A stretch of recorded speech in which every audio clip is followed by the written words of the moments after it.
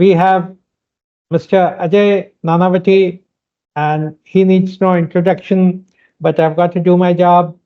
He is the retired chairman and managing director of Syndicate Bank. He's the one who built 3M in India, and he has experience of working in diverse cultures and diverse economies like US, India, and many more.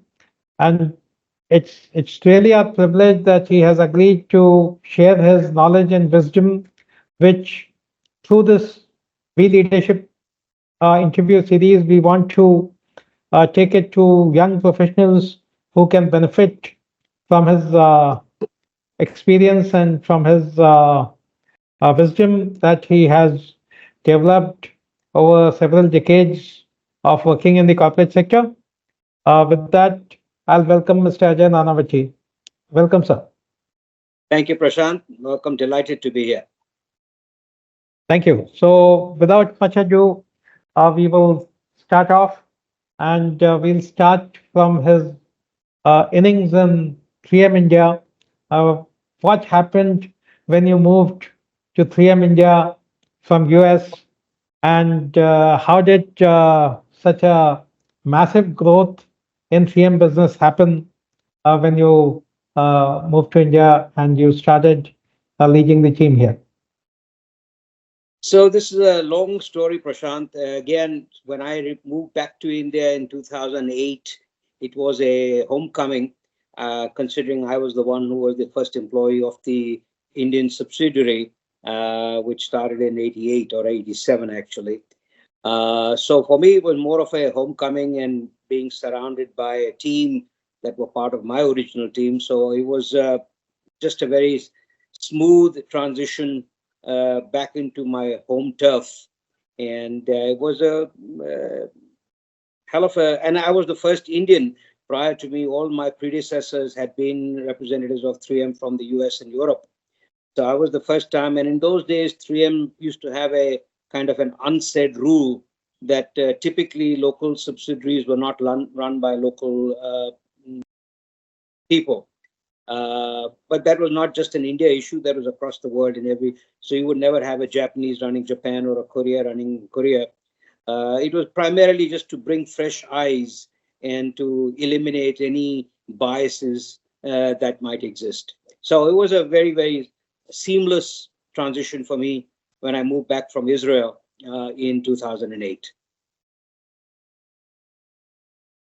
That's really so nice to hear. But what did you do different, which I guess your grounding in the Indian culture probably helped you versus somebody coming from a different culture? So, what did you do differently to, uh, and how did you to drive this growth, and how did you leverage your understanding of Indian culture? So I think, oh my God, I'm sorry. There seems to be some work going on in the building. I apologize. So there were a number of changes that, which to me were not changes. They were just the way things should have been done. So I think, for example, small example, prior to my returning, we did not have any concept of branch offices in India. We had the sort of the American model where all the salespeople operated from their homes. So one of the first things I did was opened up branch offices in Bombay, Delhi, Calcutta, Chennai, because prior to that we didn't have the concept of branch offices, and I strongly felt that we as the company was growing, we needed to create a culture of people being comfortable around each other and being close to the customer. To have customers or distributors come to a office, which was in the US, that's not a common model, because normally the salespeople go and operate from their home and make calls on customers. So that was one example of a different approach that we adopted. In fact, in a light-hearted way, I used to have many of my branch staff people tell me, Ajay, yaar, we have a problem because I don't seem to be going to an office. Everybody, all my neighbors are wondering, mere paas naukri hai ki nahi, because I'm operating from my home. And I would find it difficult to get a credit card because I didn't have a home address, office address. And in some cases, my marriage prospects were impacted because people thought I didn't have a job because I was working from my home. So just a small example that's in a lighter vein. So one of the big things we did was to create the concept of having offices close to where our customers were located. That was one big change that we made. The second big change that we made was we set up 2 innovation centers in Bangalore and in Delhi, where we could demonstrate and display all our solutions to our customers and distributors. And also we then subsequently started developing local intellectual property IPs out of our R&D centers in Bangalore and Delhi, which we never used to have in the past. So these are just 2 examples of some of the transformational changes that we brought about. So I can go on and on with many other examples, but these 2 just stand out in my mind. One was, as I said, creating infrastructure that allowed us we opened warehouses, we opened branch offices, we opened an R&D center. So these were some of the transformational changes we did during my 5-year tenure in India. No, that's really fantastic. And how did you engage employees, and did engaging employees help business growth? It was entirely employees. I think in India, we often hear the phrase that people are our biggest assets, but very rarely do we actually walk the talk. Absolutely. And Absolutely. one of my pet gripes is that we keep saying, yeah, people are our biggest assets, etc., but we don't do that. So in the case of 3M, and this is again more of a 3M culture issue than a 3M India issue, one of the big things that we did was we pushed decision making further down in the organization than you would typically see in Indian companies. So, for example, a division manager would have P&L responsibility, and so we pushed and we gave a lot of autonomy. And again, part of the 3M's DNA of innovation is to allow people to make mistakes, and that's how you drive innovation.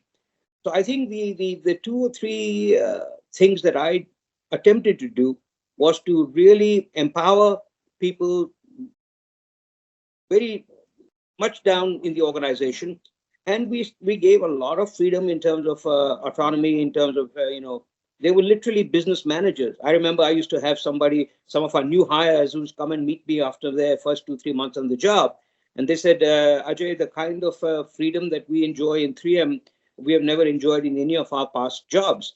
And the fact that management trusts us and empowers us makes us feel this is our company. And so to me, that was one of the key drivers, is how deep into the organization we pushed decision making and autonomy.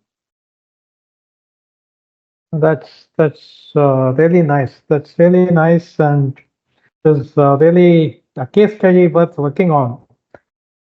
And how was it that people were so excited about your vision, about the growth that you were driving? How was that excitement and energy built and translated into performance?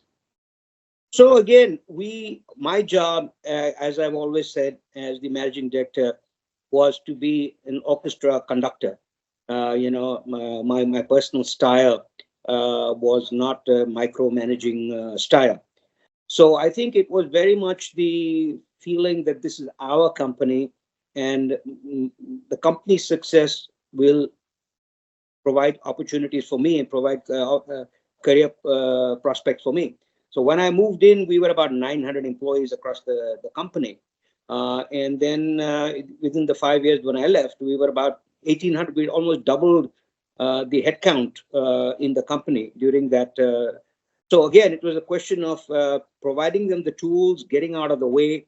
I was blessed that I had a fantastic leadership team who were people who were part of my team when I started the company. So for me, it was, as I said, it was a no-brainer to trust the people around me and allow them to get on with it and get out of the way. My job was just to be an allocator of resources, a person who really provided a goal. So in fact, we started at that time, we had been around when I moved back to India in 2008, we had already been in existence for 20 years. And we had seen very sort of nominal 8, 10, 12% growth, which by my parent company standards was considered good growth. But we were still a very small company in the big scheme of things. And I think part of the advantage was because we were a small company, the head office did not interfere and they allowed us to do what we wanted to do. And that's the advantage of being a small company, that you are just under the radar screen and nobody gives a damn about you, so you get on with doing what you need to do. And I always had the philosophy that it's better to ask for forgiveness than it is to ask for permission. So we come back to giving the people the belief that it's doable and that nothing is impossible. We established what we called at that time $1 billion dream. Even now today, people keep pulling my leg in the company saying, "Arey Ajay, what happened? You had promised this $1 billion dream." I said, "Boss, and I put that $1 billion dream, the rupee was at 45. So we actually are there. Unfortunately, the goalpost has moved." We really created, and we created all kinds of recognition and reward systems that we rewarded people for small things. We had great team get-togethers. There was really a feeling of camaraderie, and this was my company, And again, part of the 3M culture is that we don't have any prima donnas. Everybody rolls up the sleeves and gets in the trenches. I can give you many stories of where our top 5 leadership would, go out and help load stuff on trucks for shipments, consignment. So we were a very hands-on culture, and there was none of this. We never had, for example, executive dining halls. We never had executive toilets. We were a very egalitarian company culture. So everybody felt that,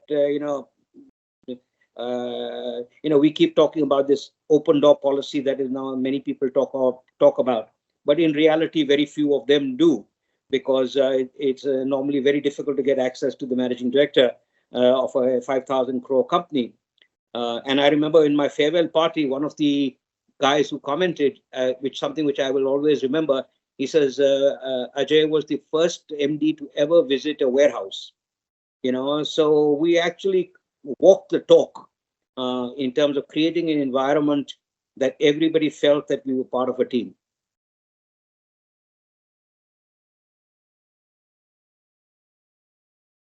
Oh, that's really so nice. That's really so nice. And no, since you increased the headcount from 900 to 1800, which is like doubling, so there were a lot of people hired from different companies with different cultures and different values.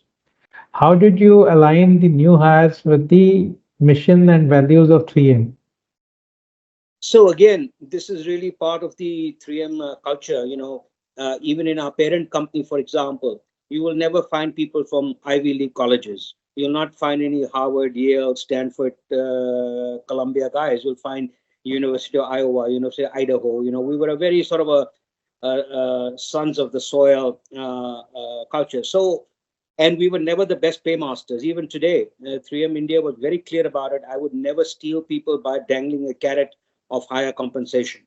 So it was more about saying that, so one of the criteria in our recruitment process, cultural fit was overriding academic credentials or prior successes or prior brand name companies. None of those were one of the filters that we used. The primary filter was cultural fit. And again, as I said, we were never the best paymasters. When we did our compensation surveys, we tried to be in the 60th percentile. We never even tried to be in the 80th percentile or anything like this. And despite that, employee attrition and employee turnover in 3M was very low. Many of myself included, and many of my top leadership team have all been with the company 25, 30 years. It was not unusual in 3M to have long-serving people. And a lot of the growth was organic. So I remember, in India, the expectation was that a person gets promoted every 2 or 3 years. In 3M, that didn't happen. You had to pay your dues. You had to work your way up the ranks. And this was one thing my HR people used to tell me, Arey, Ajay, agar usko promotion nahi denge, to, he will leave the company. I said, boss, if that's where he's coming from, good luck to him, But so we were very particular. These are some of the unique approaches that I believe we adopted that contributed to our growth. Now that is really so nice, and so different from what we normally see. Now, when you moved to Syndicate Bank, how did you uh, implement some of the management changes or leadership changes in Syndicate Bank, which was very different culturally uh, Yeah. from 3M? Yeah. So to clarify, I was not the chairman and manager. I was non-executive chairman over post my retirement from 3M.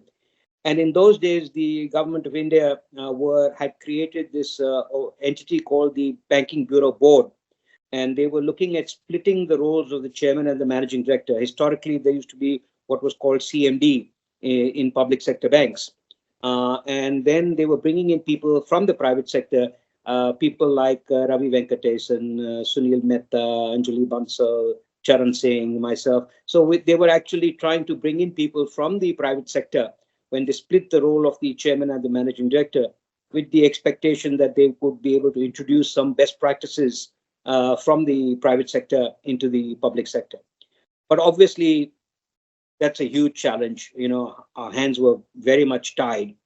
And I can give you many, many examples of how, in a small way, I tried my best. So, for example, board meetings, for example, I was told later on by my other colleagues on the board that prior to my coming in as non-executive chairman, the board meetings used to be like 1 hour sessions because they were like rubber stamps, because the same chairman and the managing director, who both set the agenda and set the so it was, you asked the question and you gave the answers. And so we started making small changes even in board meetings, where we changed the agenda item. I remember, because in public sector boards, they have monthly board meetings. They don't have quarterly board meetings. And I used to get like 1,200 pages of agenda items every month. And I said, this is bullshit, because a lot of this was just to cover your ass. कि मैंने board को बोल दिया है, तो अगर कुछ गड़बड़ होगी तो nobody can hold me responsible. So we modified the structure of the board meetings. I spent time with the individual general managers, which I had been categorically told by the Department of Financial Services in their appointment letter that you're not supposed to deal with the GMs. You're only supposed to deal with the EDs and the MD. And I said, how can I do justice to my job if I don't get a pulse for the organization and what the challenges are? So I sat down with each of the general managers within the first 3 months of my joining to have a one-on-one, 1 hour session to get their feedback confidentially, even though I had been categorically told by the Banking Bureau Board and the Department of Financial Services that I should not do that. So I just did what I thought made sense. Another small example, I went anonymously to a syndicate bank branch near my house to open a bank account, because I never had a syndicate bank account.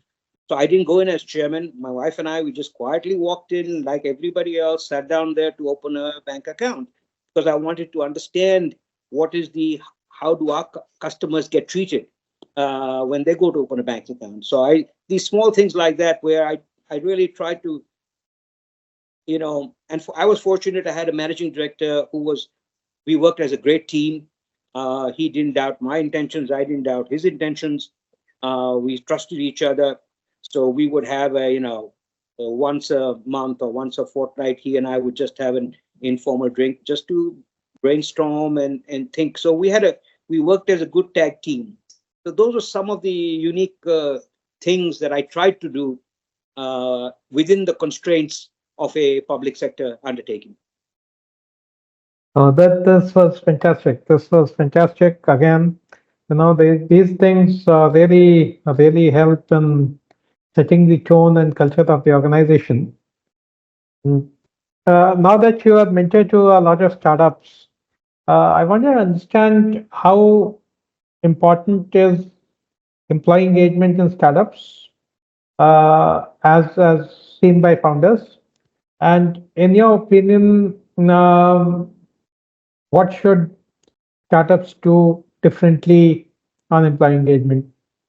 Because background is we've approached a lot of startups, and the startups thought is that we first want to grow our revenue, or first we want to become profitable, then we'll think of employee engagement. So I wanted to understand your experience and how you're dealing with it. So my take on this, Prashant, is that the two are connected. It's not one this or that. Without this, you won't get that. Without employee engagement, you won't get growth. You won't get profitability. So to me, it's not this or that. They are both very closely intertwined and very closely linked. So based on my experience with both the venture capital community and with the startup ecosystem, uh, the two things, in fact, I talk a lot about this, is one is about the concept of corporate governance in startups.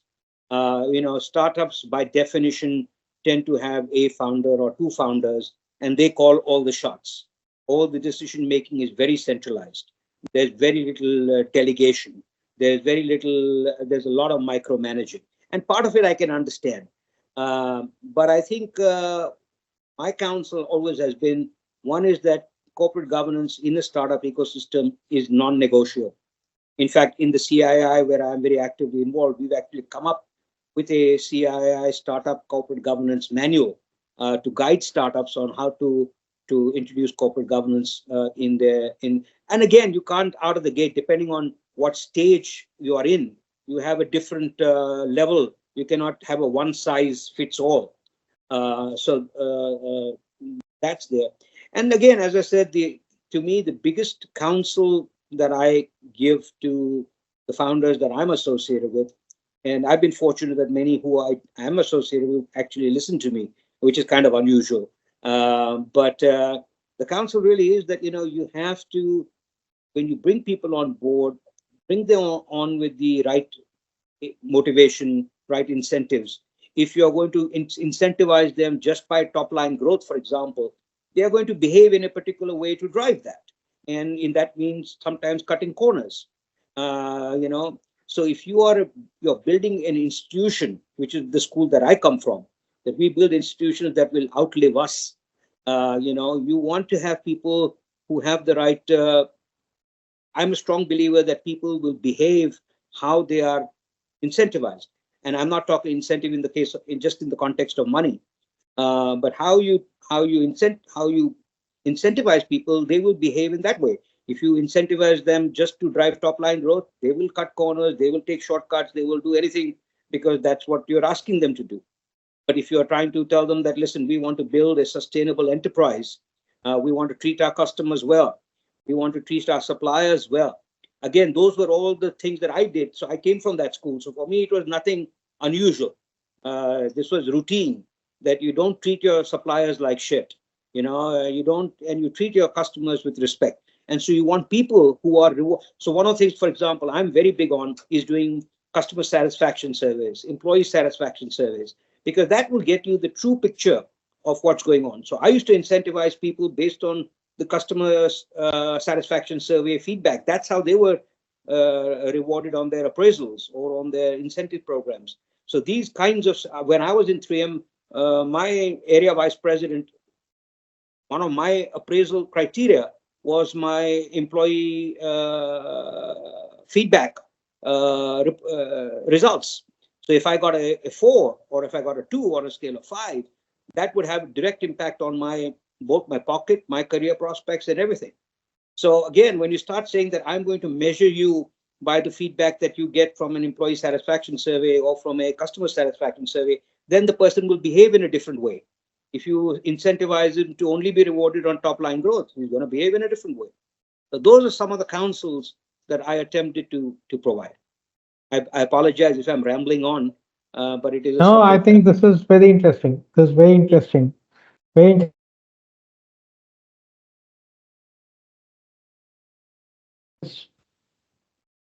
Uh, and my next question is, what guidance would you offer to young professionals? So, when I keep reading all these statistics, one of the recent statistics that I saw in the Indian context was there is more unemployment amongst the educated young than there is amongst the uneducated young. This just came out last week or 2 weeks ago in one of the Indian newspapers. So one of the things that I often counsel that I gave to my people when I was recruiting in 3M, and so that still stays relevant. One was that you really need to be sure that you adhere to your values. If you, again, I do a lot of work on corporate governance. So one of the things I say for even board directors, unfortunately in India, dissent is treated as disloyalty. If I'm dissenting, I'm perceived to be disloyal. And I completely disagree with that. To me, dissent is healthy. And so I encourage people Absolutely. to have the Absolutely. courage to dissent without fear.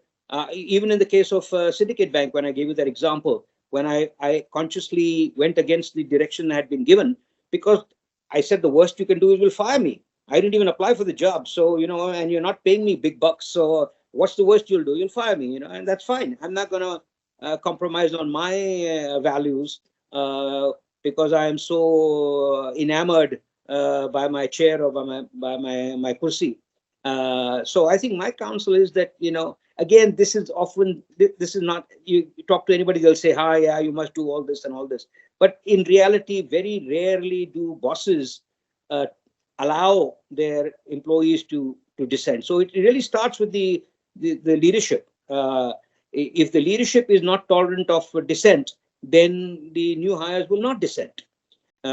Similarly, if leadership is not tolerant of failures, new hires will be reluctant to experiment or try new things. So again, it starts with the tone at the top. If the leaders don't send the right signals, then new hires are going to fall in line. And so I always say that, guys, whenever before you decide to join a company, just like when I decide to join a board, I get invited to a couple of boards, and I do a lot of due diligence. I do a homework. I do a web search. Have there been any legal cases? Have they defaulted on loans? Have they treated their suppliers badly? Before I accept any board positions, I do a lot of due diligence on the company. So not only does the company do a due diligence on me, I do due diligence on the company. And so I would encourage new hires who are looking to build a career to do due diligence on the company that they're joining. I strongly believe people work for people. People don't work for companies. So, when you're joining, the person who you're reporting to is the person you're working for. You're not working for 3M. You're working for Milind Shah, Naresh Sangari, Ram Sharma, Gautam Khanna. You're working for these guys. You're not working for some nebulous entity called 3M. No, I completely agree with you. I completely agree with you. Organizations are people. Organizations are not table chairs and glass pens. And yeah, so finally they're working with some manager, some leader. Minor shift and change that we've seen in last uh, 20 years and more in last 10 years is that while 30 years ago, manager was the only fulcrum point for engagement of employees. Today, what we see is while manager continues to be very critical, leaders have become very critical because earlier it was only about whether I'm performing, whether I'm learning, whether my career is growing, etc. Now the youngsters are asking, is the culture right? And also, Is the Prashant, business direction right? yeah, I'm not an HR guy. I'm a chemical engineer. So what do I know about all this stuff? But having said that, I strongly believe that people will be uh, even when people leave companies, people don't leave companies, they leave people. Same thing. Correct. People join companies to join people. They don't. So I think it works both ways. And I think other thing that you're seeing is, I think, flatter organization structures. So the old Correct. pyramid. Correct. So your span of control, when you Yeah. used to have 3 or 4 direct reports, now you have 20 direct reports. Correct.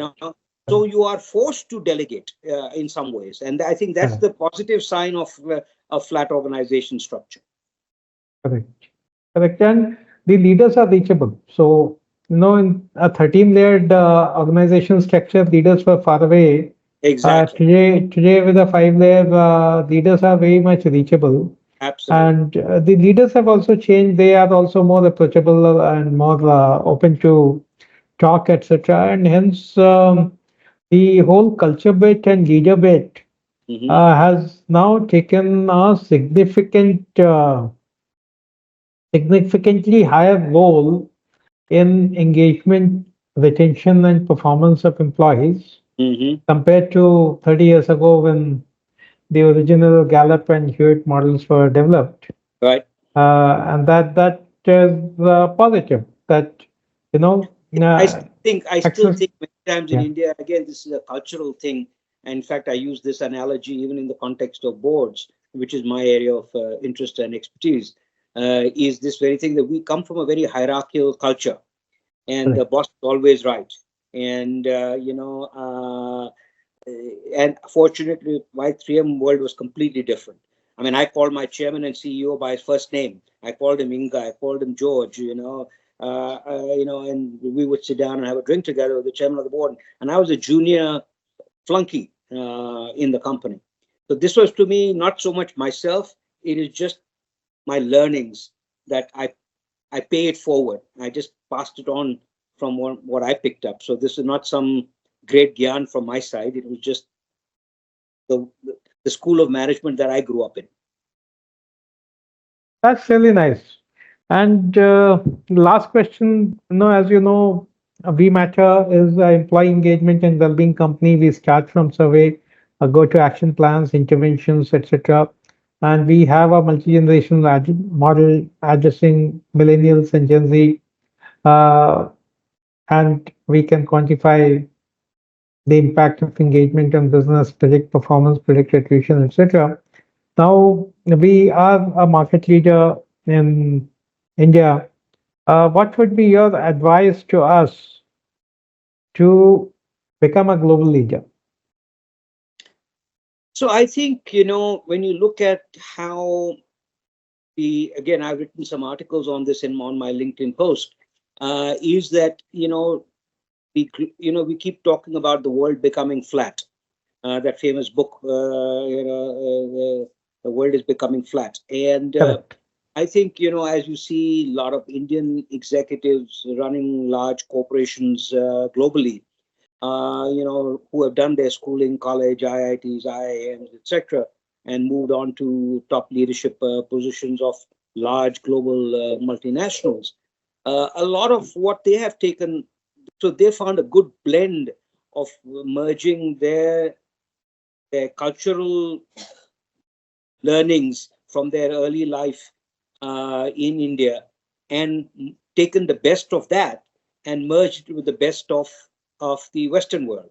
So, for example, one of the things that I truly believe in, maybe I am biased because I've spent all my life in a US multinational, but I believe American companies in general are really meritocracies. You rise not because of which college you came from, or who you know, or which connection you have, what contact you have.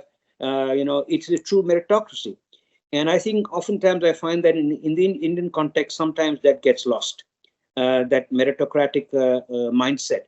It's about, I go with the boss for dinner, or, he knows my father, or he knows my uncle, or, there is a still very much that sort of patriarchal kind of a culture. So my counsel to you all would be that try to find what the best of both worlds, because I think there is a lot of good in India, there is a lot of bad in India.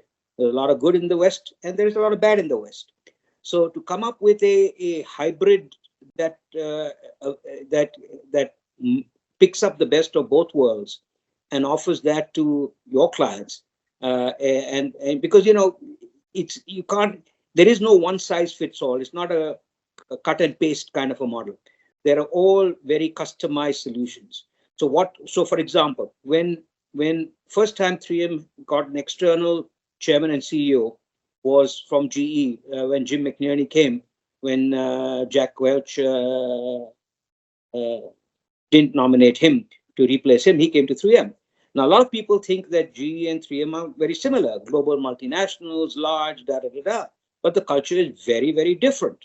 GE had a very hard driving, that Jack Welch's bottom 10% rule, etc., etc. Whereas 3M was completely different. We were a Midwestern, Minnesotan, St. Paul company, very tolerant of mistakes, very grandfatherly about our employees. I know people in 3M where 3 generations, father, grandfather, father, son, have all worked for 3M. So there are very strong cultural nuances. And I think many times we try to just to replicate or cut and paste and say, "Arey yaar, India mein chalega to wahan bhi chalega," or vice versa. And I think that is the biggest fallacy. We have to recognize that what works in one environment does not necessarily work in another environment.